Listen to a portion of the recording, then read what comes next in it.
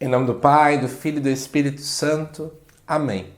Amados irmãos e irmãs, é com muita alegria que nós estamos aqui para juntos estudar e meditar a segunda leitura que a Igreja nos apresenta para este domingo, que é o 32º domingo do tempo comum do ano A. O texto de hoje se encontra lá em 1 Tessalonicenses, capítulo 4, versículos de 13 a 18, e nos diz assim: Irmãos, não queremos deixar-vos na incerteza a respeito dos mortos, para que não fiqueis tristes, como os outros, que não têm esperança. Se Jesus morreu e ressuscitou, e esta é nossa fé, de modo semelhante Deus trará de volta com Cristo os que através dele entraram no sono da morte. Isso vos declaramos segundo a palavra do Senhor. Nós que formos deixados com vida para a vinda do Senhor, não levaremos vantagem em relação aos que morreram. Pois o Senhor mesmo, quando for dada a ordem, a voz do arcanjo ao som da trombeta, descerá do céu. E os que morreram em Cristo ressuscitarão primeiro.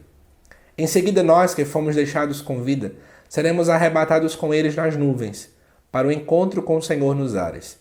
E assim estaremos sempre com o Senhor. Exortai-vos, pois, uns aos outros com essas palavras. Amados irmãos e irmãs, quero chamar a atenção de vocês de que muita gente pega esse texto aqui de Tessalonicenses para defender muita tese equivocada. De que vai ter trombeta no céu, de que na verdade vai ter arrebatamento.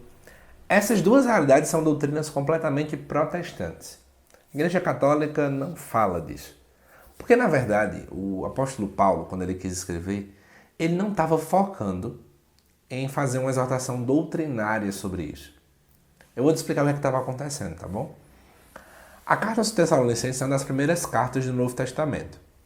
E aí, muita gente estava passando por uma realidade bem delicada, de pessoas que estavam começando a se questionar sobre o final dos tempos.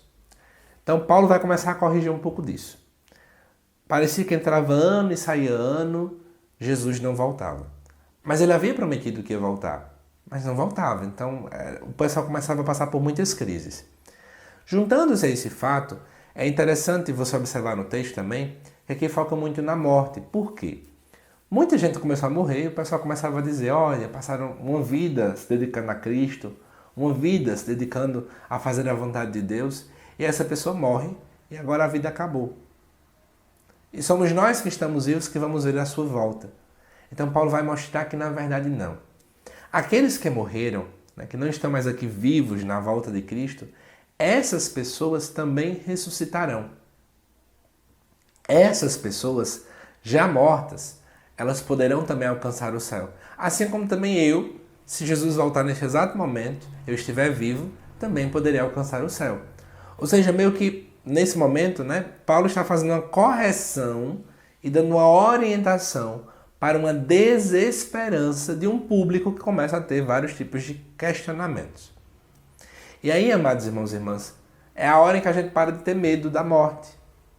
Quantas pessoas têm medo da morte ou ficam extremamente desesperadas quando uma pessoa querida falece, chega a falecer? Aquela pessoa também ela vai experimentar o céu. Obviamente, dentro das suas práticas que ela fez em vida. Não tem para que a gente ter medo da morte, ou fugir da morte, ou se amedrontar diante da morte. Vamos usar a expressão de São Francisco de Assis.